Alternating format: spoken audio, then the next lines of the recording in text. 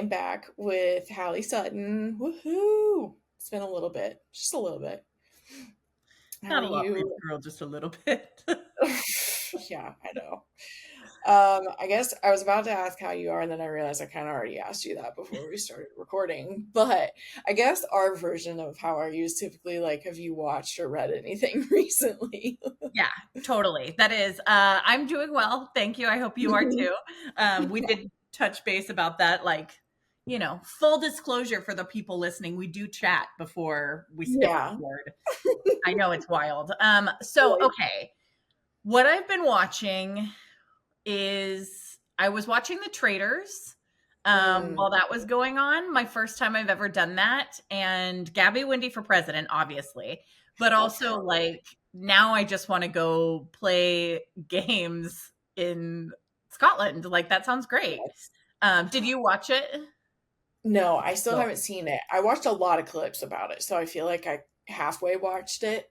Um, but what was I gonna say? Oh, Gare told me that he heard a rumor that Nene Leakes is gonna be on the next one. So now Oh, I really want to go play games in Scotland.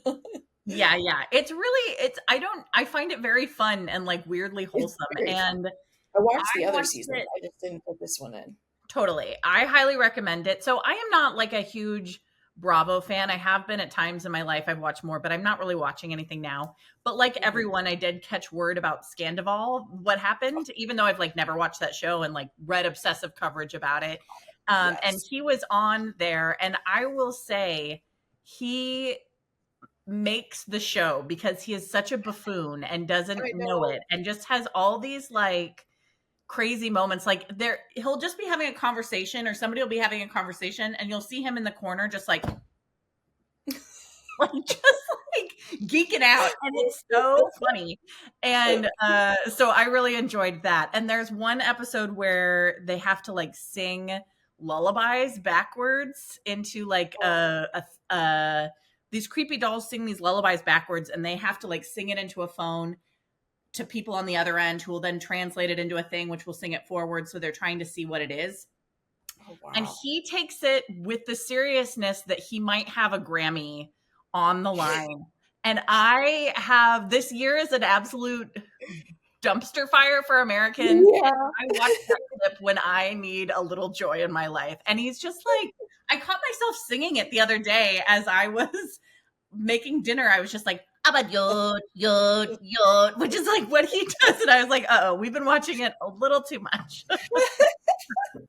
You've gotta keep your pockets of joy when you find them, Really do. wherever they are. Unfortunately, Tom Sandoval was made for reality TV. Is just the truth of it. Totally. And this is like I almost feel like it's rehabilitated him in some way because Yeah. it's like everybody is making so much fun of him. Not that you feel sorry for him, but it's like so cathartic to watch him just Yes. be like so the butt of jokes, and like the whole time he's like, I'm really good at this, and everybody's like, no you're not. Like No, no, man. Oh my it's gosh, I know the so great. clips of I can't even remember his band's name anymore. But when he even like is on stage, and you're just like, you do think you sound fantastic. Oh, he Like thinks he's he the thinks main he character of does. every story ever. Yeah. Like it I was about to say how much easier would life be, but like actually it got him in this situation. For So sure, for sure. maybe it doesn't make life any easier. Yeah, maybe not, but it's pretty great. So Yeah. there's that. And then I am also watching The White Lotus, as I believe you are Yes. too. And I would Yes. love to hear your thoughts about it. Yeah. Are you up to episode 7? I am up to episode Okay. 7. Yeah. Cool. Um, so if anyone doesn't want to hear about White Lotus at all, I will put a timestamp in, and then you guys can know where to skip from here. So, Because we're going to spoil what the I don't, shit out of it. yeah, exactly. And I know a lot of people are watching, so I feel like it's like fair to talk about it at this point. Um, so many things. I love how Mike White is like, yeah, I'm gonna use pretty much the same concept every season, Yeah. but it's still gonna be endlessly interesting. And so the other thing I thought was so kind of apparent during this season too. Like you can feel that that guy watched a lot of Housewives, like the triangle friendship going on. Yeah. Like you feel like you're watching a like when Rinna, where was that? Was like throwing the glass or throwing wine out of a glass. I can't remember, but it has those vibes. Like you can feel that he Totally. watches Housewives because in some ways it feels like reality TV too, just in how voyeuristic the like storytelling type is. Like Mm-hmm. we're just like hanging out with these people who can't handle like hanging out with themselves, essentially. Totally. Which I think is like actually like one of the huge like thematic pieces this season, which is sort of like anywhere you go, there you are. Yes. You can come to the White Lotus, but you're not escaping who you are in here, Lachlan, you Yes. little weirdo. Yeah, I'm loving it. And I totally agree. He does like use the same premise and setup.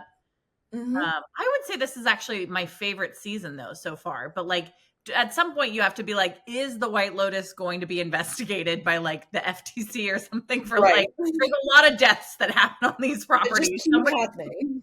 We need to look Yeah. into this a little bit. Like next season should be like a journalist being like, what the fuck is going on at the White Lotuses? Like there's Yes. so many dead people here. You're right. They really could introduce that element. Yeah. I like that idea.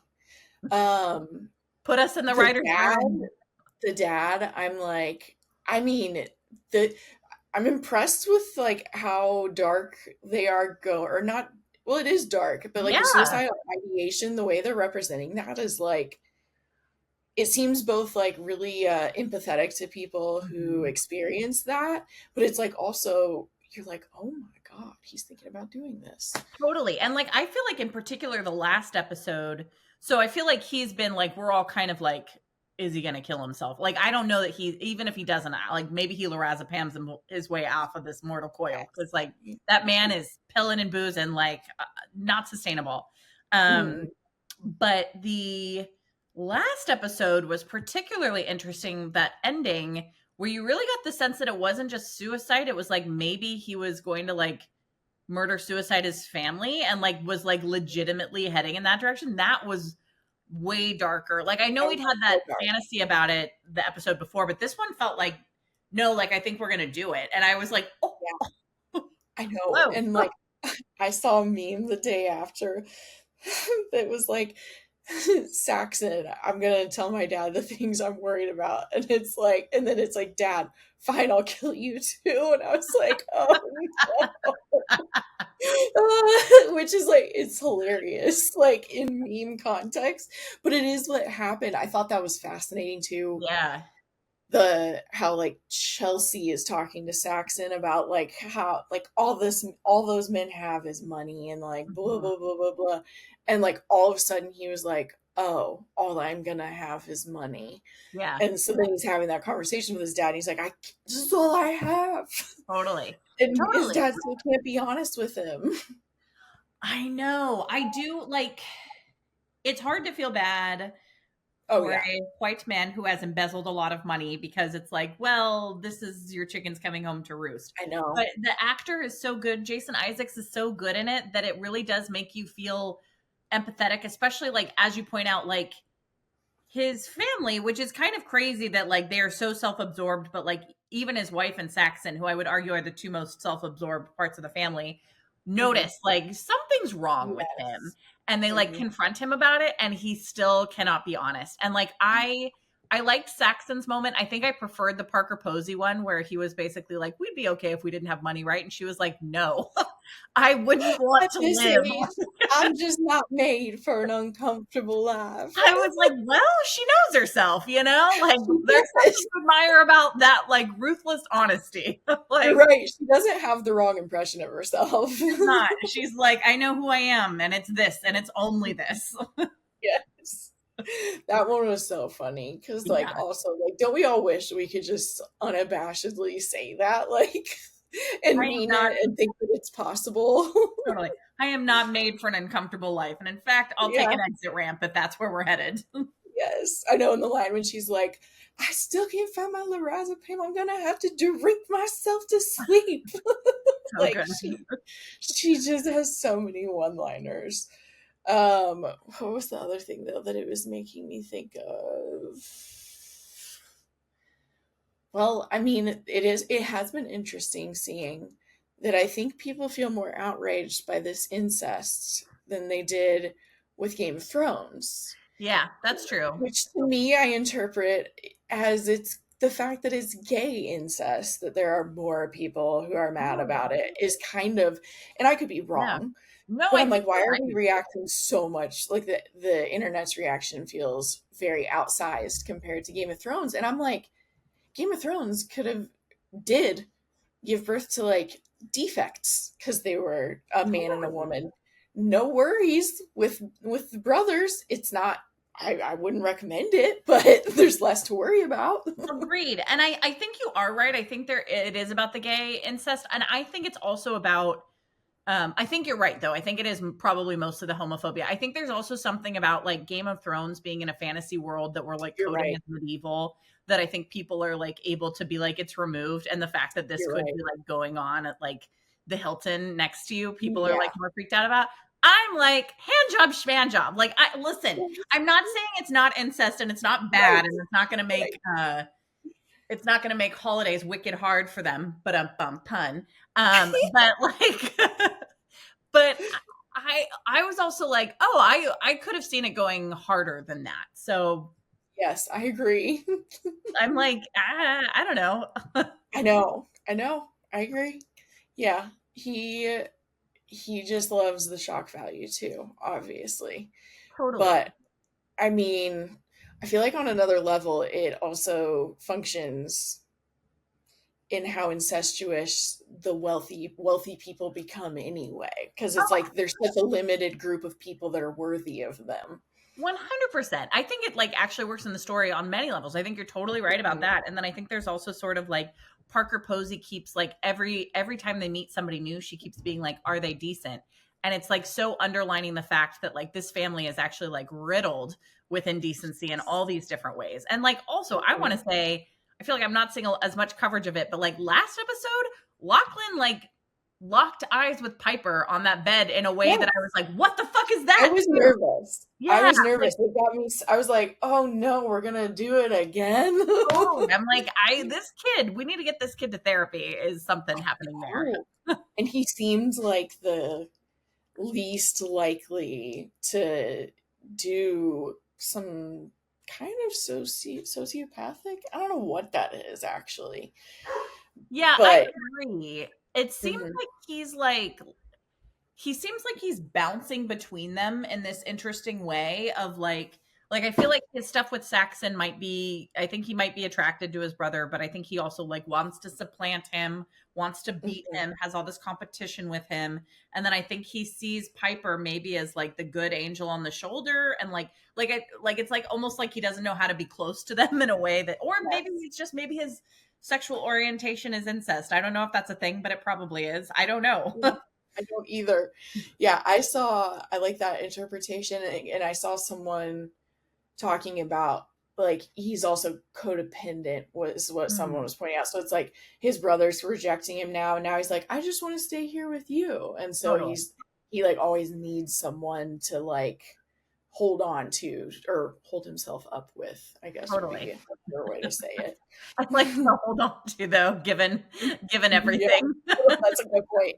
That one functions best. He's got a Okay. firm grip on his siblings. How about that? Yes, he's is there some stick shift joke I can make now? Like he's driving him. um so the other thing though I saw this week that has been interesting to see people falling on different sides of it is that like the trio of women finally like are talking straight to each other a little Yeah, bit. a little bit. I still want it to come to more of a head, but yeah. Yeah. Um so I don't know why well, no, it's the Benadryl. This is why I'm not like formulating the question as quick as it's like moving through my mind. Um, some people feel like Jacqueline is in the right. Mm. How'd you feel like? So for me, when what is her character's name on the show? It's not Carrie. I know Carrie Lori. Coon, Lori. Lori. Yeah, I love Yeah. Carrie Coon. Oh, I love her. I've loved her character so far. But when she was like, "So you did something shitty, and I'm the like lame one for being upset about it," and then they both just pile on her about like, "If you always choose the short stick, is it even luck?" Blah blah blah blah blah. Everyone can tell who I feel strongly about. Sure. But there's some people who like think that Jacqueline just read her to filth, and I'm like, I don't think so. I feel like my interpretation is somewhere in the middle on that, where I actually like my sympathies are much more with Lori than they are with Mhm. Jacqueline, particularly because it feels like she feels like the one that the other two look down on the most. And so that's Yes. to me like the character that I feel the most empathy for. And I'm also like, Same. she's just trying to like have a good time on vacation. And I do think it was shitty that her friend was pushing her towards this guy. And then the second she needs validation, she seduces him. I think that's shitty.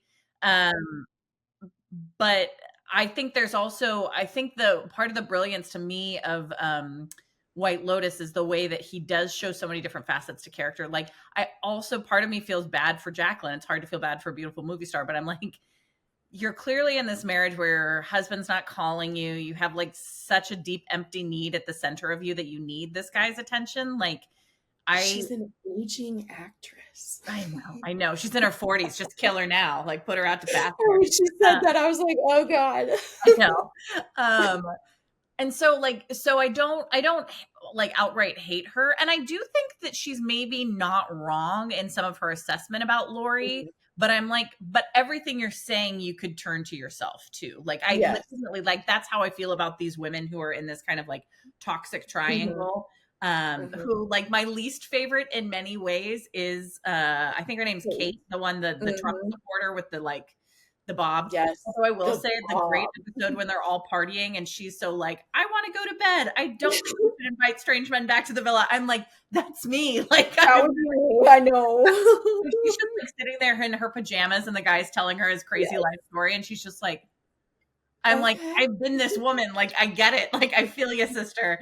But I Yeah. feel like they're all like, I don't like her. So my interpretation is I think she did read her to filth a little bit. Like, I think maybe some of what she said is accurate, but I'm like, but you Hmm. should also be turning that lens back on yourself because there's Yeah. plenty to say about your behavior too. And so there's Yeah. no like, and it is interesting to see the way that they all sort of like, Kate aligns with her in that moment, but later she wants to feel morally superior. Kate's So a she's like, posture. She's starting to remind like that's who it that's what she's doing. Like totally. telling Lori, probably knowing Lori would bring it up to Jacqueline, and like she's just playing both sides and just Totally. sitting there. Totally. Hmm. Totally. And then like later being like, I feel sort of bad about how we behave, but I guess you don't, even though she like, like she's a woman who can't own her choices and who aligns with Hmm. whoever she like sees as powerful in the moment and likes to talk shit. And you're Yes. right. It's like a total pot stirrer. Um, Yeah. so She's my feeling like is, Kyle. I don't know. The one that I like the most is Lori for sure. And I'm like, let Lori Hmm. live, Yes. But I think they all have different pieces to own in their like Yeah, I toxic agree. Yeah, because they it wasn't that any of them what am I trying to say here? They were actually able to like see each other clearly. Like yeah. they were mostly pointing something out. But like the But they one don't which same, I feel the same with you. Like the issue that was like the sticking point for me is I was like, yeah, but Jacqueline was being a bitch. And it sounds like she does this a lot with the male attention. And like so totally. that is annoying. Like that's it's not Carrie's fault or Lori's fault that she did that. Totally. And to me, it feels like one of those things, and it's part of, I think, a testament to like the great work that the actors are doing and the writers and everybody, where I'm Mhm. like, I'm convinced that like she's annoyed about this thing, but it's not this thing. It's that this is what Mhm. happens in their friendship, like that it's Mhm. not just Valentin because he's just some dude. It's that like Yes. you primed me to want this thing and then you took it for Yeah. yourself. And like you Yes. could get the sense of like a friendship lasting 30 years, how often that must have happened. Right. Right. Do we want to try to guess who's gonna die? Yeah, I want to hear who are your thoughts? Okay. I'm really nervous for Chelsea because of the things she's been saying all season. I She know. keep, and so I can't tell if it's one of those things where that is the like, okay, we were foreshadowing it purposefully, or if it's a red herring. That's like I'm so torn on I all the know. things that she says.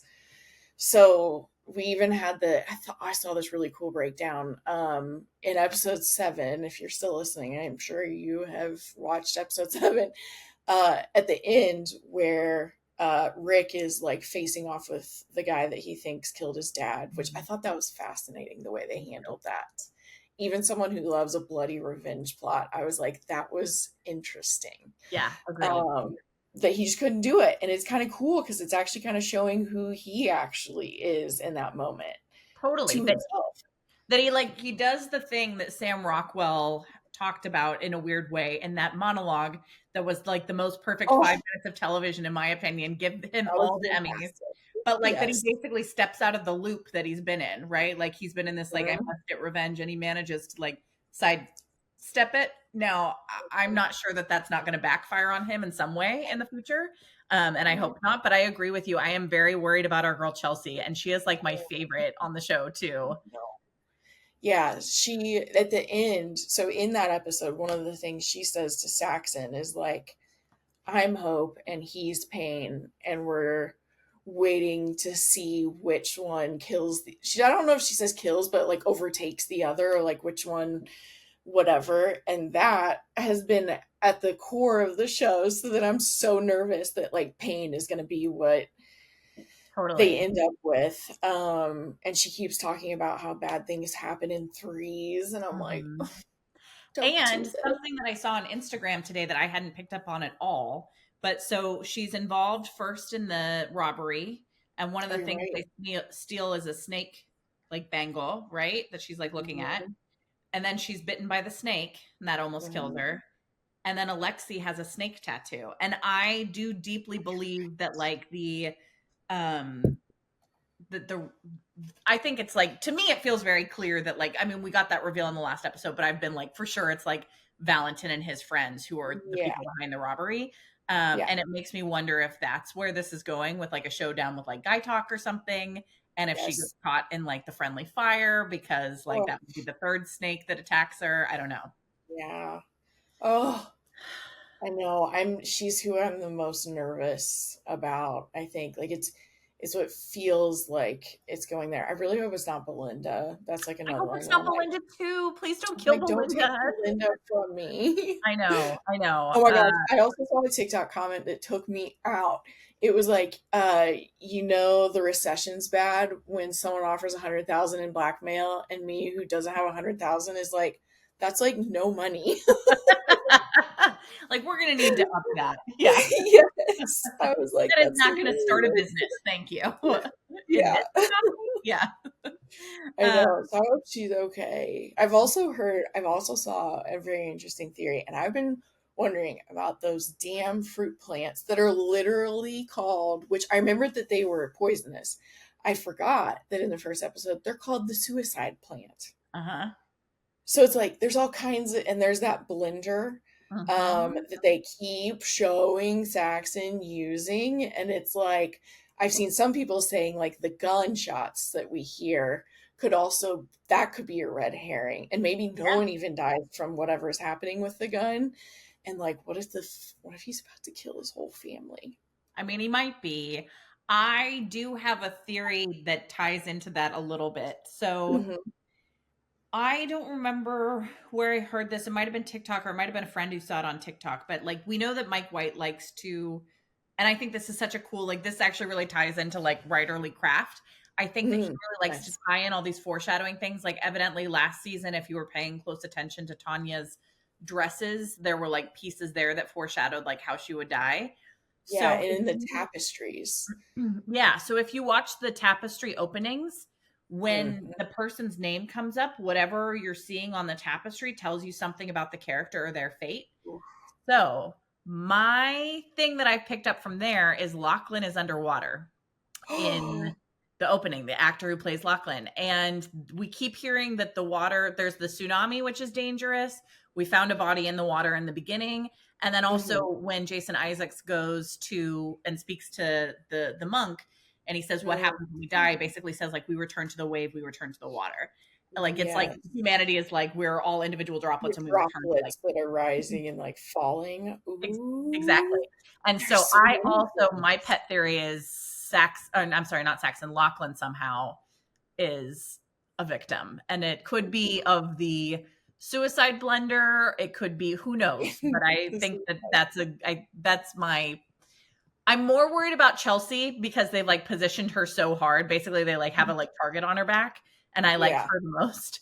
Yes. But I do think that if Lachlan winds up dead, I'll be like, yep. Yeah, you should be proud of that one. That's a good one. I like that.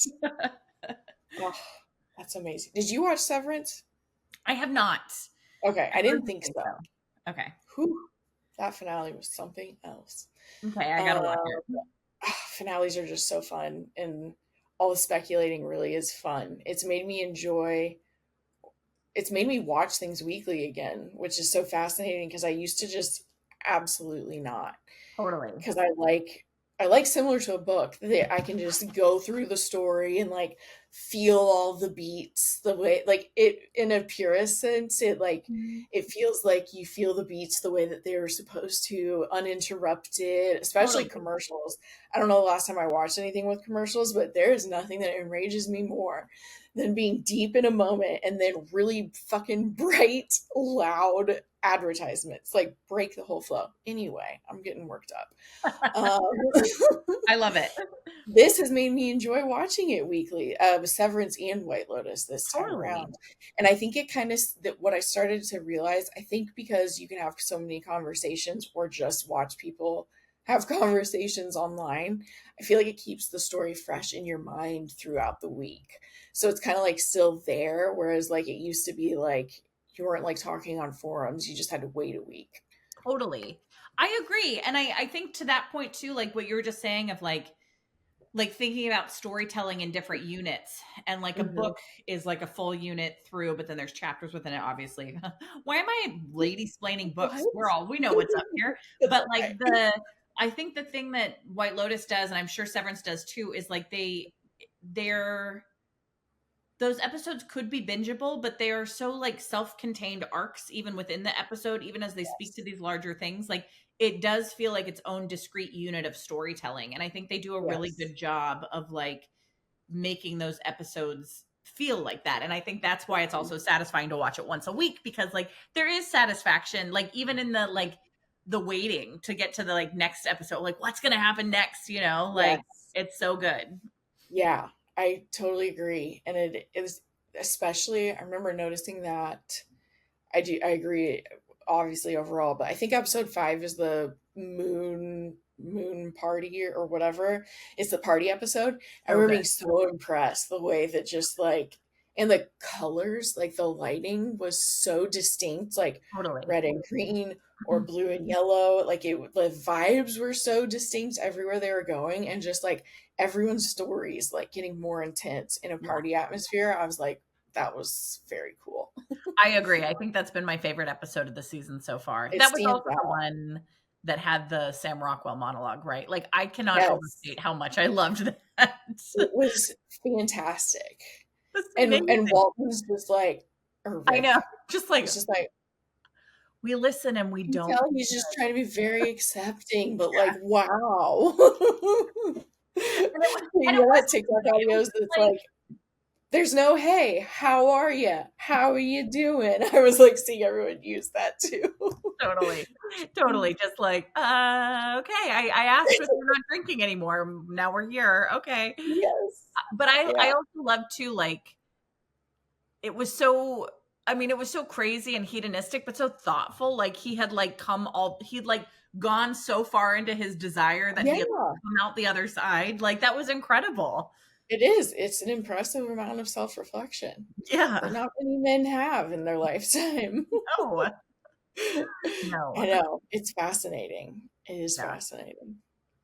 I wanted to interrupt this episode really quickly. I have a goal of monetizing Bookwild, but I would love to do it without having to have ads in the podcast. And one way that I can do that is through my Patreon community. For those who don't know, Patreon is a community platform that allows creators to share what they're creating behind a paywall. And so that means exclusive content or early releases. The Bookwild Patreon has 2 tiers. The first tier tier is the bookish tier. And at that tier, you get all of the episodes out a day early, and you get access to our private community chat where we can talk about anything book related or TV shows or movies. The second tier is the Bookwild tier, and it includes everything from the first tier, but also Bookwild's Backlist Book Club. So this year I've been wanting to also still read more backlist, even though I read plenty of arcs, and Bookwild's Backlist Book Club felt like the perfect way to do that. We meet on Sundays. We are international right now, so Sundays are the best way to do it. And we meet on Zoom, and we all pick a book and we talk about it, and then we talk about everything else we read during the month, and then we pick another book for the next month. So it's been so much fun so far, and we'd love to have you join the book club. So if you'd like to support the Bookwild podcast, you can go to the Patreon link in the show notes, and you can sign up for whichever tier interests you. And if you're looking for a free way to support the show, if you can like and review it on whichever platform you listen to, that helps so much. Have you read anything good lately? And also, where are you with your creative projects? But I guess those are questions. So a lot of last month was spent editing a lot of stuff that we did with Ashley Winstead. So that was mostly my creative project for March, just because there was so much of it, and then all the other work that happens as well outside of it. But that stuff was very fun. It was very cool. I've wanted to do a like celebrity press tour type video package with an author, well, for a while. But we probably started talking about it seriously around September of last year. So it was really cool to like just be thinking about it in September and then like have this happen. So that part has been amazing. But I also, we've talked about this already, but I also, in like February, also when I kept getting sick, I missed like a couple Tuesday author episodes. And I was like, okay, I'll fit it in with something else. And we were going to talk about writing more frequently. I forgot that I said yes to so many interviews in March. So there have been a lot of interviews coming out in March as well. So those are the main Bookwild things that have been happening. But I also had to upgrade my laptop here recently. So I was having to I use Scrivener. So I needed to back it up like 6 or 7 different times before I took my computer in. And so I was like reading through some of it and was really interesting, which like I shouldn't act like it's like shocking, but like I actually, most of the time when I read my stuff, I'm actually like, oh yeah, I can write. Like that's actually normally how it makes me feel. And I'm like, well, that's kind of nice that like in most cases when I read it, I'm not like, oh, well, this is terrible. And I kind of expected I would be. But I was like obsessively looking through everything to make sure it all transferred. And I was like, oh yeah, this is really good too. It's just trying to fit everything in. But yeah. That's like a better feeling to come back to than the opposite. I know. I was like, well, that was kind of nice. So I just I got a better system already. I just needed a better system for visualizing way into the future in one place. Yeah. And I'm just going to try not to book 2 episodes on certain days. Or I just try to actually just do 1 each. But then to your question of if I've read anything recently that I loved The Manor of Dreams by Christina Lee. It was so good. It is one of the best ways I can comp it, which was crazy because I never thought I would comp these 2 together ever, is like if Did You Hear About Kitty Carr and No Road Home like came together and had a baby. It's like that book. So you have it's like multi-generational. You have like a Chinese immigrant, Vivian, who basically moved to America, I think in her 20s, in 1960, I think, is kind of where her other timeline starts. Basically, but she's passed away, and she gives away the house that she like raised her family in to someone not in the family. Mhm. And so they're like, why did this just happen? Her two daughters are trying to figure out why this happened. And then we're also getting the story of like how she created the life for herself as an immigrant. So there's so many elements to it. And then there's the horror, gothic horror of it all. Like it's this big old mansion that has like come from bad money or dirty money. Mm. I don't think that's like really giving anything away to say that part. And so then there's some like crazy horror elements, like the sisters and the person she gave. I'm being vague, so I don't explain anything that you would find out as you read. Fair. The sisters and the woman that she wrote the will to give the house to this other woman, they are going to stay in the house for a week. And if the sisters can prove that she did something nefarious, then she will leave. And if not, they will leave. And then they all start experiencing gothic horror type shit Oh, snap. that I won't even go into. And it is fantastic. So Oh, I was that sounds obsessed with amazing. that one. It comes out on April 6th, and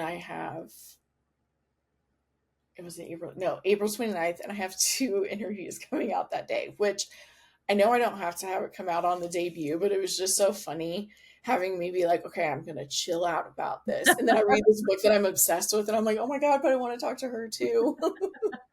That's So, awesome. Oh my God, how mhm. exciting. That book has been, I remember when it was announced because I don't remember exactly how they phrased it, but there were a bunch of buzzwords where it was like Yes. Hollywood actress, gothic mansion, immigrant, like all this stuff that I was like, I want to read Yes. this. Yeah. I've seen in their write-ups, they say Evelyn Hugo and Mexican Gothic. So Mm. I just sometimes don't use Evelyn Hugo because like the expectations are so unique even when you're just like saying like it spans decades and it's about an ambitious woman in Hollywood, like that's Right, kind of what we're saying. right. But yeah, those are the Amazing. comics I've seen. Yeah. Amazing. How about you? How's it been going? So, yeah, I have some things I'll share about writing, and I also want to plug a book which I don't think I've talked to you about before, but if I have, I'm Ooh, sorry, but it's so good I have to plug it. well, It's called History Lessons by Zoe B. Walbrook, and it's mm-mm. coming out in July, and it is like dark academia mystery, but it's like it's very gritty and dark, but it also has this like the real magic of the book, which is this story of this woman who her colleague is murdered on campus, and he basically sends her a text right before like minutes before he's murdered with a clue, but that she doesn't understand until she finds out he's been murdered. And she's also like, we're not close, we're not friends, why would he send this to me? And it like goes into this unraveling, and it tackles like prison abolitionism and like sexual assault Wow. on campus and the way that like people can get away with things, and like it's and all of that is to say that makes it sound really like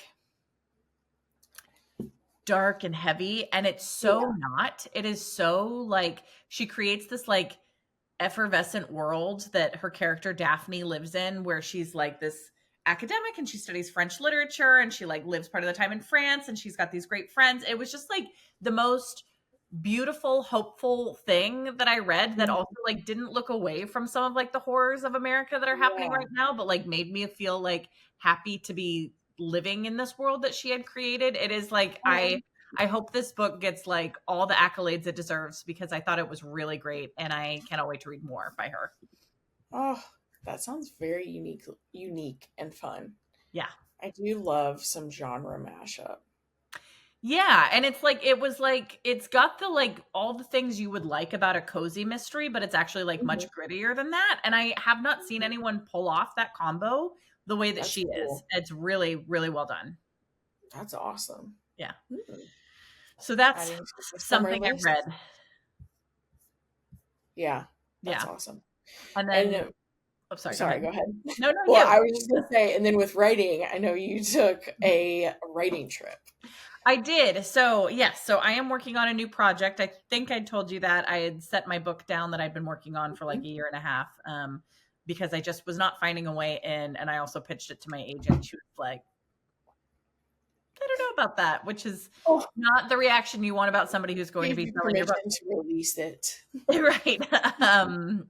But like truly, if I had felt like it was the right book, I wouldn't have stopped writing it. But Right. like, I would have been like, all right, Sharon, you're wrong. Let me show you. And instead I was like, yeah, I don't know. So I'm working on something new, that is early to give like full details about, but I'm calling it like the John Benet Ramsey mystery meets We Have Always Lived in the Castle, which is like one of my all-time favorites, very like gothic.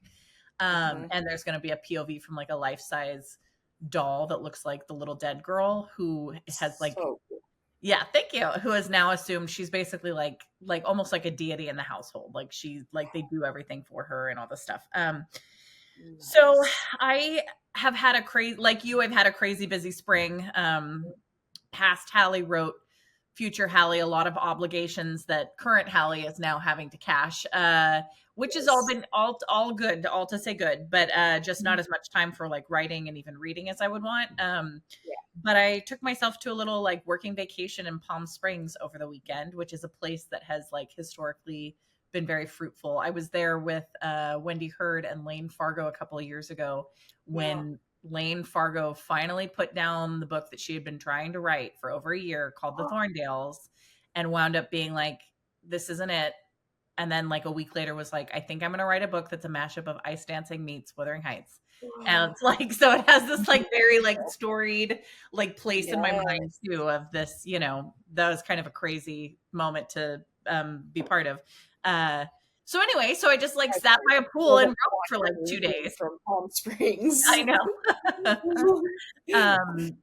So it was great. And I don't know, there's something, it makes me, I'm curious to hear about you, for you, like, where do you get your best writing done? I know for me, a change of scenery can be really helpful. And like, I'm not a millionaire, so I'm not going to Palm Springs all the time, but sometimes like, it's like, I got to go to a new coffee shop because the coffee shop that I go to all the time is the one that I like always work from. And so like, it feels stale. Like, I'm just curious, like, where do you like to write? And like, what is where you write from? How does it affect your writing? Yeah. So this is an interesting one because I was also thinking about how like just Harley just woke up with a weird sound. Like being in different locations like sparks ideas in general. But when I'm actually literally writing, I can't do it in public. Really? I get so I mean I'm sure I could, you know, like especially if I took like noise canceling headphones, but I love my purple office that I'm in right now and it's so cozy. So in general, I'm normally writing here, or the other option is my dogs are just needy little Velcro dogs. And sometimes Bruce just wants to be in bed. So I have like a triangle wedge pillow. That's like, I don't know why I'm thinking people won't understand like how big it is, but it makes it like easy to like sit in bed and write. That's nice. So sometimes I end up sitting in bed so that he will just lay down and like be chill and be like, cool, mom's not working anymore. So that's like the literal answer. But what I noticed in like the not literally typing way, right, typing part of writing was like I hadn't really traveled in a really long time, very long time, until this year, and now I've done a decent amount of it. And I do like, even though I haven't even been outside of America, you do see like just how different people's experiences are. And so then I was noticing how in that sense, as much as I love being at home, I was like, oh, going to new places, I see how you get new ideas because you're just like around different things. And like a random example, but even like I think it's in the synopsis, but Amina Akhtar's book, Almost Surely Dead, like the opening scene is the main character almost getting like pushed in front of a subway. And I'd never been in front of a subway. You just like have your ideas of it from TV. But Yeah. then you're there and you're like, oh, that would be fucking terrifying. And it does feel claustrophobic here and like all that stuff. So it was just making me think of like, of course, you have more ideas when you're in a different environment, like even if you're not typing writing, if that makes sense. Totally. I think that's so true. And frankly, I also, when I picture New York subways, I'm picturing rats the size of like golden retrievers, which may or may No, and not we be didn't true. see So any rats. that's We good. got very lucky. That's great. But no, totally. And I think that like, I also think for me, there's something about, it's like, you're right, it's a change of scenery, but it's also sort of like a change of mind frame. Like I am somebody who can get very locked into my to-do list, and like it is often easier for me to push out the creative work because that like requires more concentration, and it requires like, you know, I have so many feelings wrapped up about being a writer and like Mhm. setting down the internal editor and like the imposter syndrome and all of this stuff. It's much easier to be like, send that email, and then you'll like feel accomplished. And like, there's Yes. something about being in a new place that makes it easier for me to like escape that mindset versus like being at Mm, home or at the coffee shop where I like usually go do my like, you know, day job work. And so I think that there's something really to me too about like being more in the mindset of like, I'm a writer and prioritizing my creative self, mm. that like new places helps facilitate. That makes a lot of sense because, like, I definitely, like, if my schedule allowed, like, could see how, like, just going to an Airbnb by myself Mhm. somewhere, like, it would be a lot easier to just sit there and write. Totally. Even what you're saying, because it does break you out of the routine, because I'm a very routine person too. Totally. And also like it's funny, I actually do like a low level of chaos around me. Like a Mhm. lot of, well, I think I overestimate how much, but like there were many chapters of The Lady Upstairs written at this tiki bar in downtown Disney, which is very geeky, but there was Oh something my about gosh. that like the weird atmosphere there, the people you would encounter. There were so many people who had like fled the park to like have a drink there and like were either having a great time or like you would see the weird like dynamics that brought out in people being like, you're not da da da da. And I was just like, it was so like creatively rich. I would just sit there sometimes and just like write down snippets of conversations I was hearing around me and also like deeply judge people's relationships because that's who I Totally. am. But like I don't know. There, like, I don't know. There can be something like finding something for me. I think it sounds much more sane to be like, I need quiet to hear my own voice. But for me, Mm, sometimes it's really helpful to have like a low level of stimulation around me. yeah, Yeah. that makes sense. Because, like, on the flip side, like, I always have some of it is the dogs, but now, like, I'm used to it too. We have like sound machines in a lot of our rooms just because they're so reactive to, we just live around so many people and other dogs. So I also can't have things completely quiet. So Totally. like then if I like when I go to bed, like then I turn on like those like ASMR like rain scenes or whatever.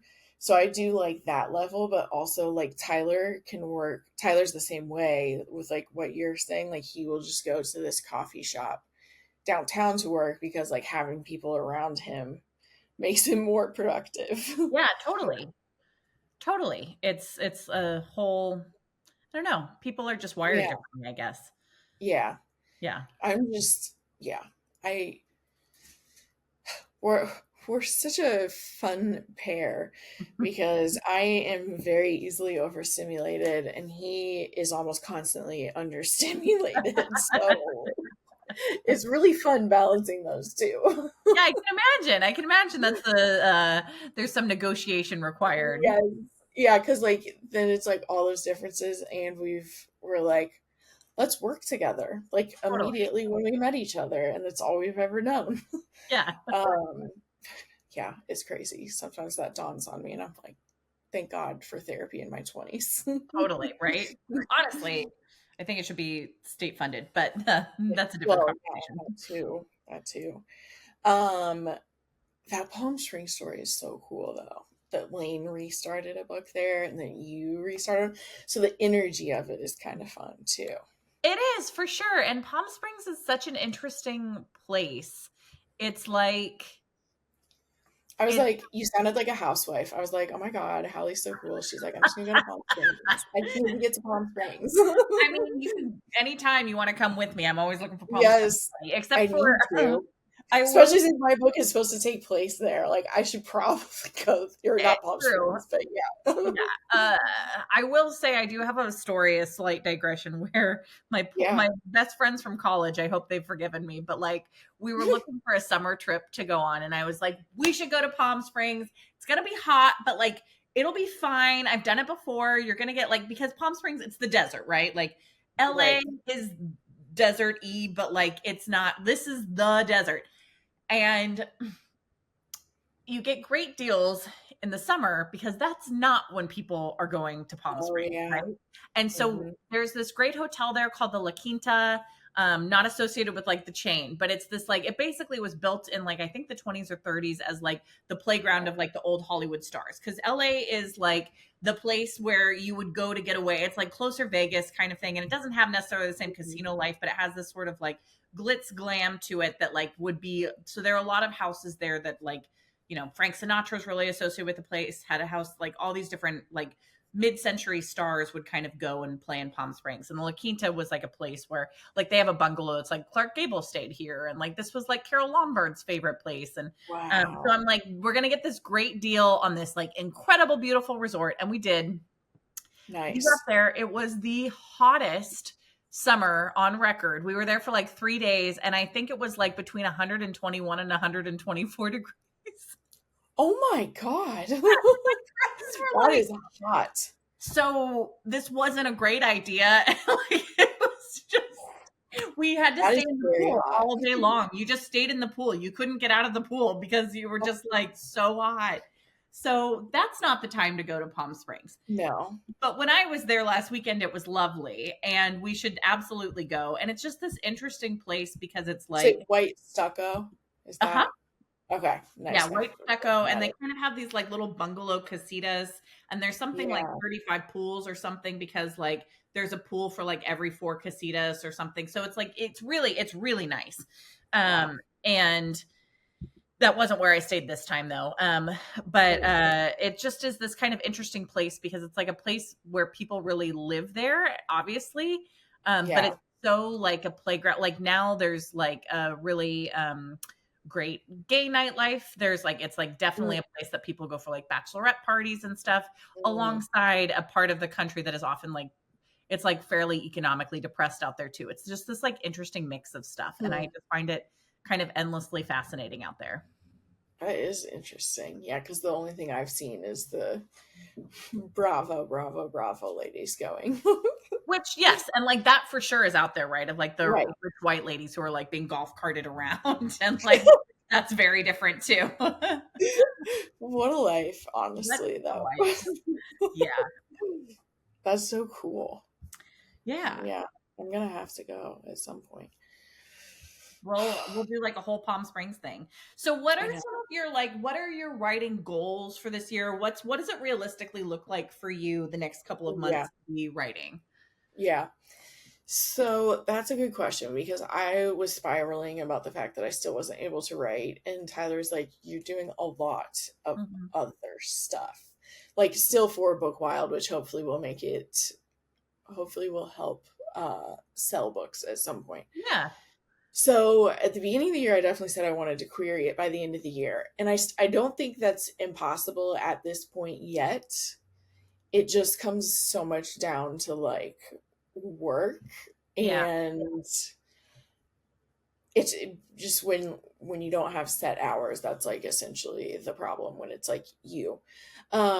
So that basically I've been trying to figure out if I want to reconfigure that so that I'm not like hating the goal. Because my inner critic is like was like, how embarrassing that you said you were going to do that and you've barely written this year. Like, my inner critic is like, you put it out there publicly, like you should Yeah. be doing more.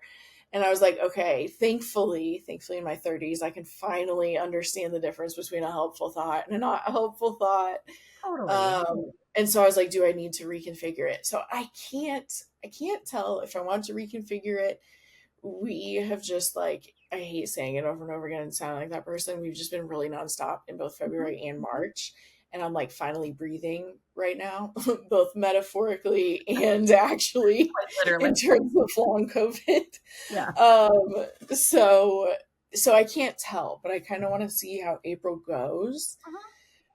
to figure out if I want to adjust the goal so I'm not like shaming myself into doing stuff, because that's not the tactic to rely on right now. Totally. I totally agree with that. And like, I don't know. I think there are very few people who can use shame as a motivator long term in a way that like feels good or yields anything good, you know? Yeah. And like I also don't think like, I mean, I think it's always good to have a goal and then like also find compassion for yourself if you Hmm. miss it, you know? Like I don't know that any of your listeners are going to be like, Kate said December 31st, god damn it, you know? Yes, I Uh, know. Yeah, it's just me saying it. but Yeah. I totally get it. And like, so I think that's, you know, and whatever I can do to support, there's another, Yeah. I think we did, I know we did this in the past, the like Hmm. 1,000 words a day, that'll be Oh coming up yeah. again this summer. And I also think they're doing a mini 1,000 words this month. And I think it's Ooh. just like 3 or 5 days or something where it's like 1,000 Ooh. words a day. And I might be trying to do that just because Hmm. I I need to get into this book somehow. So Oh, I know. I get that. yeah. Like I've got, and I'm like, I need to get back into it. I I feel like even as you were saying it, that too, though, I'm like, it's probably, I wonder, probably just adjusting the goal to like finishing Mhm. a draft is probably what would, that still feels realistic. And it's like, it doesn't mean I have to have had someone edit it already and like get it ready to send out. And then that way Totally. it's still like a goal to work towards, Mhm. obviously. And I mean, I have a lot there, is what I keep remembering. And I'm like, okay, it really is. I just need to find the time, Yeah, figure out how to fit it in. I get So it. maybe I just want to finish it this I year. I have a couple of thoughts about that. One, I am reading a book right now by a friend of mine. Her name is Barbara DeMarco Barrett, and she's fabulous. She's a noir writer. Ooh. She was the editor of Palm Springs Noir, actually. But she wrote this Mhm. book called Pen on Fire, A Busy Ooh, Woman's Guide to Igniting the Writer Within.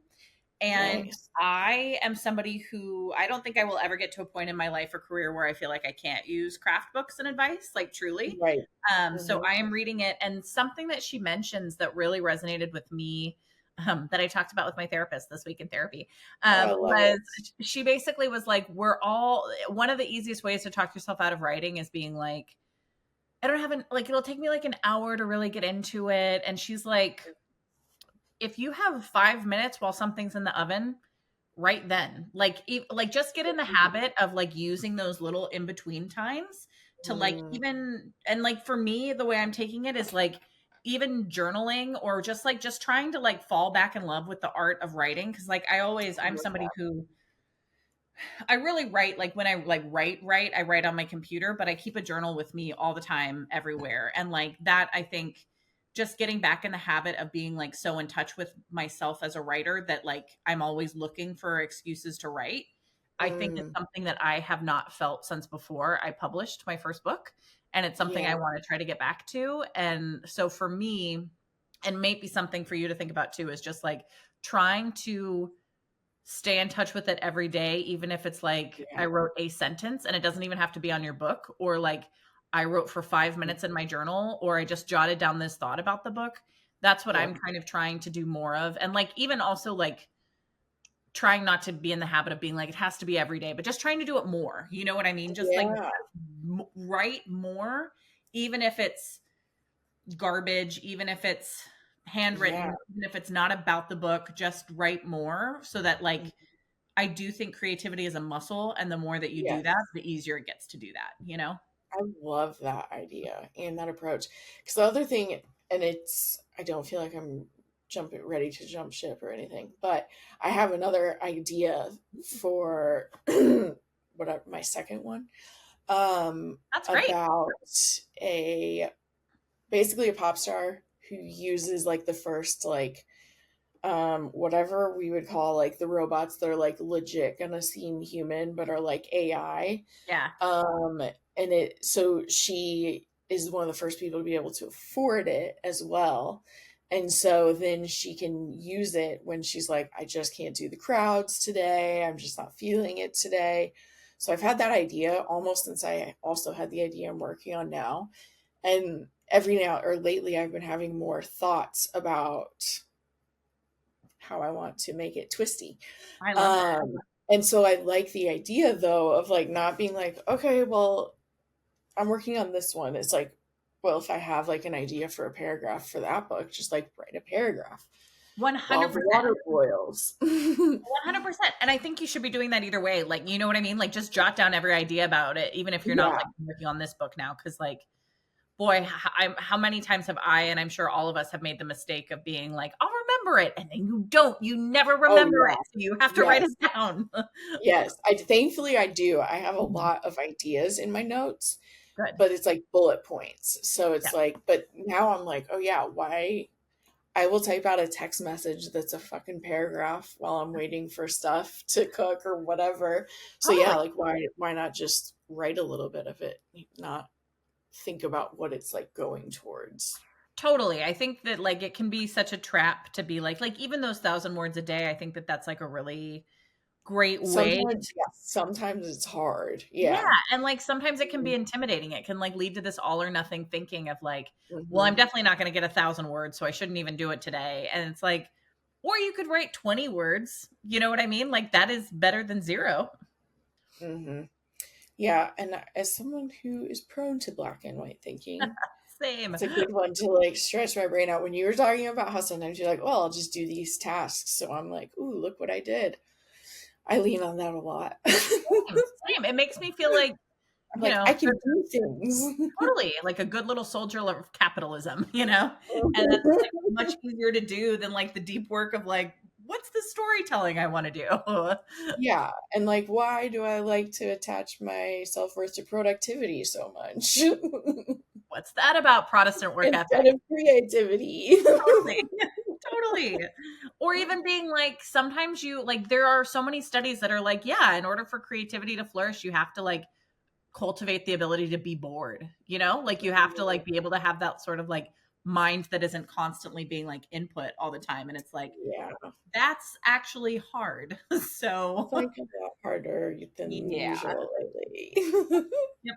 There's just so many good podcasts to listen to. So many good podcasts, so many scary things in the world where you're like, rather not be alone with these thoughts. Thank you. You know, like there's so much. Mhm. Yeah, For sure. totally.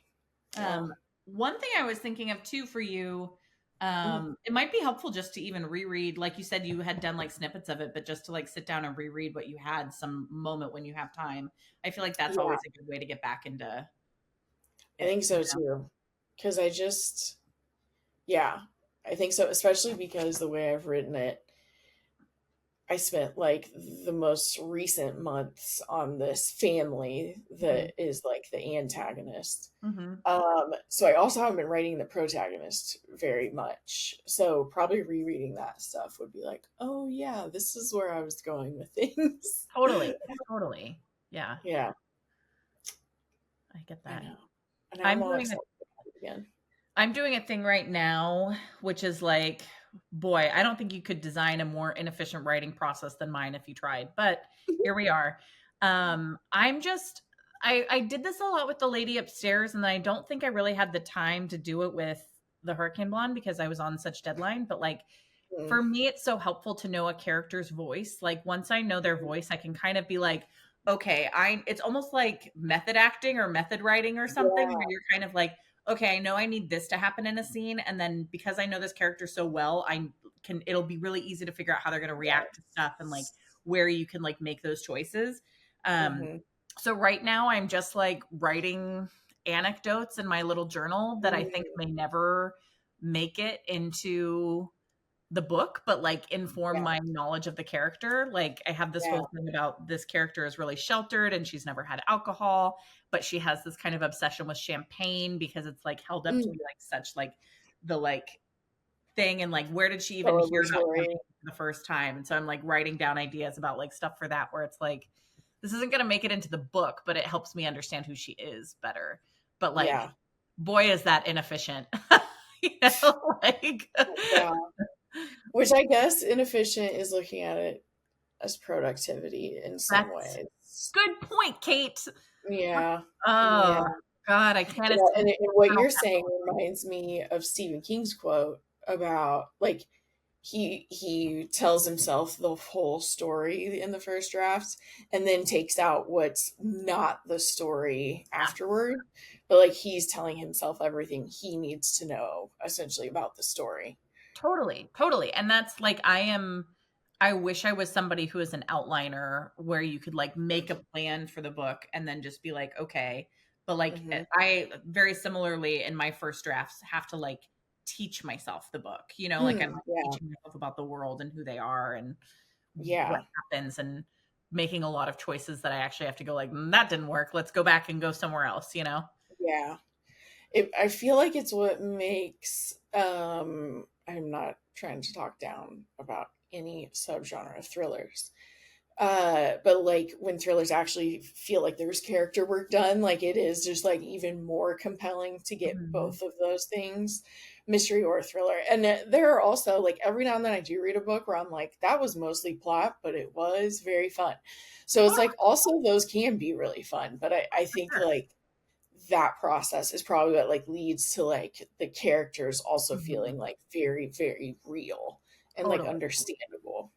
Which is like something I feel like I don't know that I do it great, but that it's something that like I feel like I have to think like, because if I'm sitting there being like, how would I make these choices? I'd be like, well, I wouldn't be in this situation. No. So how are we gonna, you know, like it's like when you I am for sure, like we said, I am the Kate from White Lotus who's like, I Yes. actually don't want to make the adventurous choice. I'm gonna be like, Exactly. we're not bringing home the strange men to the villa, thank you. Like Mhm. so you have to like I have to like build this person, you know? Like Right. yeah. Yeah, that reminds me of like an early clip from the podcast when like Gare was learning that I read a lot of like spy thrillers as well. And Mhm. he was like, "You're such an adventurous woman." And I was like, "From my couch? Sure." like there's all like my favorite characters are doing shit I'm almost never gonna do. Totally, totally. So Totally. there is a difference. Isn't that part of the joy of reading and writing, that you get to Yes. live 1,000 different lives, you know? Like, I think Yeah. so, yeah. I do too. I feel like it's why, and I've talked about it before, but I think it's been a while. I like sometimes I feel so lucky that Mhm. reading does so much for me, well, Yeah, and writing, but even just that reading does, because it's like my husband like gets so stir crazy, and the winter is terrible, and like just pushes him to the brink of seasonal depression. mhm. Um, and he just feels like trapped often like physically, Yeah, and I'm just like so lucky that like books are like I'm going all over the place and this is enough for me. So like sometimes I like am like thank god that like $10 to $15 can like really do it for me with my Kindle. totally, totally. I hear you. I feel the same way too. I feel very lucky to be somebody who loves books and reading Yeah. and writing, and, like, I think about those people. I think everybody is creative. Like, I think Mhm. some people get to cultivate it more than others. Um, but like, boy, would I feel, I don't know, my life would feel very different if I didn't have writing as an outlet, I think, you know? Mhm. Yeah. Like, I think I would be a very different person. Yeah. It's like yeah. I just keep saying yeah. But you really do, you process I'm thinking of how much you also process things by reading something Yeah, someone has written, and you can process stuff by writing what's, like, coming to mind for you. totally. Or like even sometimes like if when I am on my morning pages and like not writing anything that's necessarily going to lead towards publication, but like sometimes I don't even, it like leads me to a deeper level of thought than I would Mm, have gotten mhm. to, you know, if I had just been like, if I hadn't been forced to kind of sit there and process it by hand. Yeah, yeah, I agree. Yeah. And it makes me like just it's so fun analyzing story. That was like the other part that I didn't realize was gonna be so fun. And I've Yeah. heard some people be like, it like ruins it for me. Like I see it and I'm like, it doesn't ruin it for me. Like it Yeah. makes me excited. Have you seen the studio? No, I haven't yet, although I definitely want to watch it. It's so up my You alley, have to. obviously. Oh, you're gonna be obsessed. But that was another one where I was just like, Seth Rogen never ceases to amaze me though, because like he's written some really profound, impressive stuff, really has an amazing grasp of story. And Totally. he also wrote the hot dog movie and like probably with the same amount of passion as he wrote the studio. And I'm like, 100%.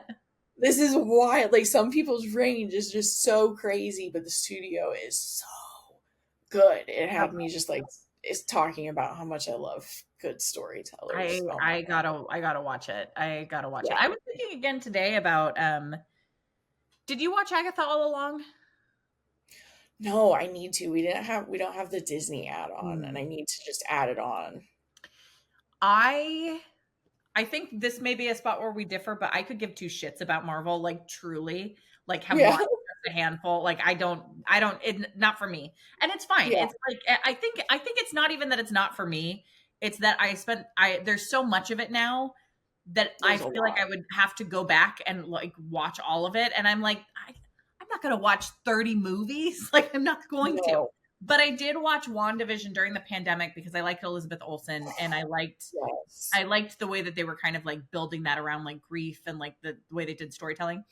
Agatha Yes. All Along might be some of the best storytelling I've like ever seen in That's a what I've heard it's too. it's incredible and I am saying that as somebody who is not a Marvel stan and Yeah. I think it's like I think there's layers to it that you probably understand more deeply if you are a Marvel fan, but like I Mhm. thought it stood on its own very well. It was I unbelievable. think And I WandaVision is the main thing that it would help you to know about. So you probably knew a lot of that. Yeah, I agree. I think it like definitely I think I did show it to a friend of mine who had never seen WandaVision and there were just a few things that I had to like catch her up on. Mhm. But like I think it does help, but like oh my god, it's so good. I need And to such watch like it. truly excellent storytelling. Damn. Yeah. You got to watch. That's like another one that like just a lot of people were talking about it and I was like, it sounds like I actually would like it and it just slipped past my radar and I haven't thought of it in a while. Yeah, But now that's exactly. starting to happen with adolescents. Like everyone is talking about it and I keep telling people, I keep saying it on the podcast, like we're going to watch it this week cuz Tyler wants to watch it with me and it has not lined up that we've had that kind of energy like Totally. at all to like start cuz I know it's really heavy too. Yeah. Like starting it when you're like tired at like 8:30 or 9 like you're just not feeling it. No, I totally get it. And it's like the thing that I think is also really cool about adolescence, which I haven't watched yet, but it's Mhm. like it seems I'm with you. It seems heavy, but then they're also like doing them all in oneers, like what Yes. which is fucking nuts. And That's why so and Tyler's like so obsessed with that. Yeah. totally. And it's so like I don't want to shortchange my attention on it. And Exactly. so yeah, so you're like I almost have to be like okay, not like it's homework because you're watching something and Yeah. enjoying it, but like I'm going to be paying all of my attention. Yes. I'm not going to be like, I'm also on my email, you know? Mhm. Yes. So it's Phone down TV time. Yeah. exactly. Yeah. Yeah, that's what we were running into. And even last night, it was the exact same sentiment that you just said because we recorded with someone who couldn't record until 8:30 at night. It Oh couldn't no. start until 8:30. Oh no. And then it was like a lot of catch ups. We didn't start until 9. And then a tornado took out my power at 9:30. So we just I thought they'd left. Gare's like, "Nope, we're still here. Are you?" And I'm like, "Yep." Like, well, So then we finished it. So all of that to say, this girly normally gets in bed around like 8:30 or 9. sure. So I got in bed and I knew we had the studio to watch, and I was like, I don't know if I should just go to sleep or watch the studio. And I was like, I want to enjoy the studio. So I did the same thing and did not end up watching it last night. Yeah. But Wonders, the second episode of the studio, and I don't think this counts as a spoiler, is Wonders about making a Wonder Whoa. in a movie. Meta. It Cool. is so meta. It was one of the best episodes of TV I've watched this year. Like, Okay. it is so good. And then I saw in an interview, there are 4 wonders. There are about 4 6-minute shots that come together to make this episode about making a wonder. It's so Amazing. cool. It's I can't wait to amazing. see You it. make me so obsessed. Oh Yeah. yeah. I remember seeing that because the first 2 episodes came out at the same time. So all the TikTokers I follow who do TV and movie reviews were like, a wonder about a wonder. And I was like, oh my God. So yeah, you're gonna have to watch the studio. We'll have to talk about the studio at some point. Yes. Yes, definitely. Oh, I can't even remember. I don't know if it's 8 or 10 episodes that are gonna air. Basically, I don't know when. Sorry, my nose is like so itchy right now. I don't know. I don't know how many are gonna air in the first season.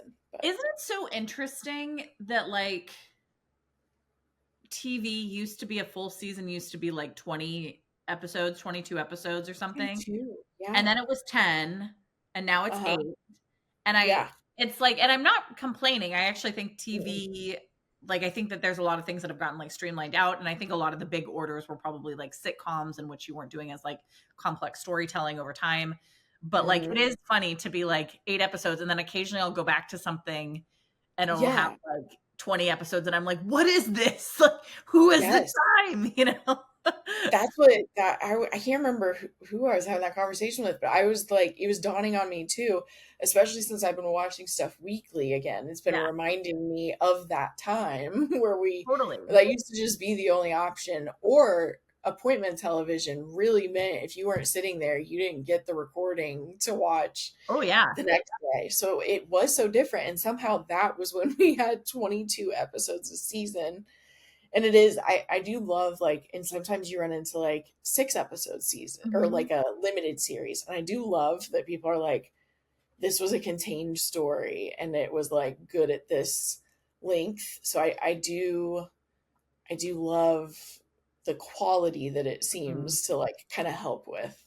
I agree. I agree. I think, I'm sure that maybe it's harder for writers in some way to be like staffed in writing rooms that don't go as long. That's Like, I true. don't, but I'm with you. I think that like breaking free of the tyranny of that sort of structure and like because things are on Mhm. streaming now so much more than they are on like you said, appointment television, I think it has Mhm. enabled people to tell like more stories and ways that like maybe are more about like what's the arc of the story versus like we have to Mhm. fill X amount of Yeah. hours.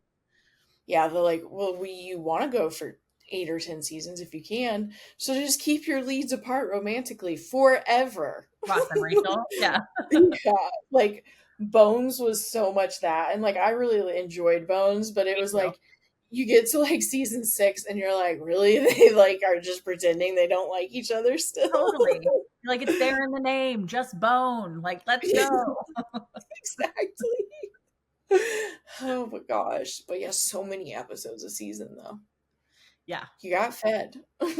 Got fed. And I imagine like I also now it's funny because I'll work and I'll watch those and be like, must be tiring, like to be like, Right. we're stretching this out over like 20 episodes and something that now we would do in 10. Like, Yeah. yeah. It's even like Ellen Pompeo, like how long she's been doing Grays, but she's always said like I can like clock in and clock out for the most part. I know what I'm doing and then I can go hang with my kids. And I'm like, I Sounds do see great. how that would be a perfectly nice life too. Oh, totally. Yeah. But that's a lot. That's a lot of one show. Yeah, it is. That's a lot. Ah, But yeah, I feel like we covered a lot of important things. I think we did. I think we Yeah. many, many important incestual hand jobs. Many. Yes. I know now you're gonna have to come on shortly after the finale so we can discuss our predictions. Yeah, I totally agree. I'm so intrigued. Me too. We could like I always love talking with you and I'm always happy to go long, but we could even do like a mini-sode where we just like break down, Yeah, you know. that would be fun. Yeah. Okay, let's do that. I know I have time next week.